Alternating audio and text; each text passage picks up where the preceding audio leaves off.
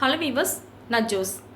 June 6, 2026 cockroach Janata party ஒரு மிகப்பெரிய protest ஒன்று டெல்லியில் பண்ணியிருக்காங்க. டெல்லி ஜந்தர் மந்தரில் ஃபுல் போலீஸ் ப்ரொடெக்ஷனோட இந்த போராட்டம் நடந்து முடிஞ்சிருக்கு.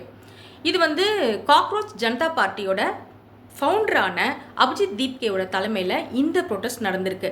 இது எதுக்காகனா, நீட் கொஸ்டின் பேப்பர் லீக் ஆனதுக்கு பொறுப்பேற்றுக்கிட்டு மத்திய அமைச்சர் எஜுகேஷனல் மினிஸ்டர் ரிசைன் பண்ணணும் அப்படின்றதுக்காக இந்த ப்ரொட்டஸ்ட் நடந்தது. யூஎஸில் இருந்த அபிஜித் இந்தியா இந்த போராட்டத்தில் கலந்துக்கிட்டாரு. நீட் எக்ஸாம் முடிஞ்சு கொஸ்டின் பேப்பர் லீக் ஆனதுக்கு சிபிஐ என்கொயரிலாம் வச்சு முடித்து ரீநீட் வைக்க போகிறோம் அப்படின்னு அனௌன்ஸ்மெண்ட்டும் பண்ணிட்டாங்க. நீட் எக்ஸாமுக்கு நல்லா ப்ரிப்பேர் பண்ணி நல்லா எழுதினவங்க எவ்வளோ டிப்ரெஸ் ஆகியிருப்பாங்க. அவங்களுக்குலாம் எவ்வளோ கஷ்டமாக இருந்திருக்கும். நல்லா எழுதியிருக்கோம், நம்ம திரும்பவும் எழுதணுமா அப்படின்ற மனநிலைக்கு ரொம்ப ரொம்ப மோசமான கஷ்டமான மனநிலைக்கு தள்ளப்பட்டு அதனால் 4 பேர் வரைக்கும் இறந்துருக்காங்க. இது மட்டும் இல்லாமல் நீட் எக்ஸாமுக்கு ப்ரிப்பேர் பண்ணுறது ஒன்றும் சாதாரண விஷயம்லாம் கிடையாது.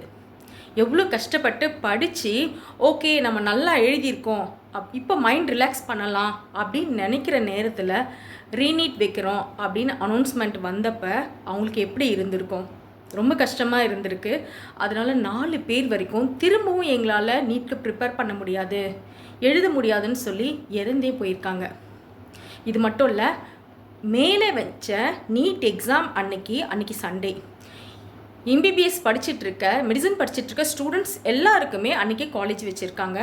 ஏன்னா ஸ்டூடெண்ட்ஸால் எக்ஸாமில் எந்த ஃபோர்ஜரியும் நடந்துடக்கூடாது அப்படின்றதுக்காக.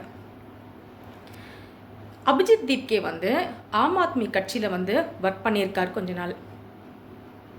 இப்போ இந்த கரப்பாம்பூச்சி ஜனதா பார்ட்டி ஸ்டார்ட் பண்ணதுக்கப்புறம் நாங்கள் முக்கியமான போராட்டங்கள்லாம் இதில் பண்ணுவோம், இந்தியாவில் இருக்க எல்லா காக்ரோச் ஜனதா பார்ட்டியும் ஒன்றா சேர்ந்து நாங்கள் இதுக்காக ப்ரொட்டஸ்ட் பண்ணுவோம் அப்படின்னு சொல்லி ஆல்ரெடி அனௌன்ஸ் பண்ணிட்டாங்க.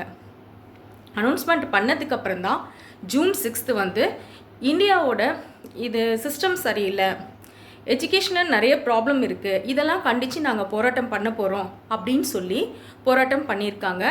இந்த போராட்டத்தில் அவங்களோட முக்கியமான கோரிக்கை என்னென்னா, எஜுகேஷனல் மினிஸ்டர் தர்மேந்திர பிரதான் பதவி விலகணும் அப்படின்றது தான் முக்கியமான கோரிக்கையாக வச்சுருந்தாங்க.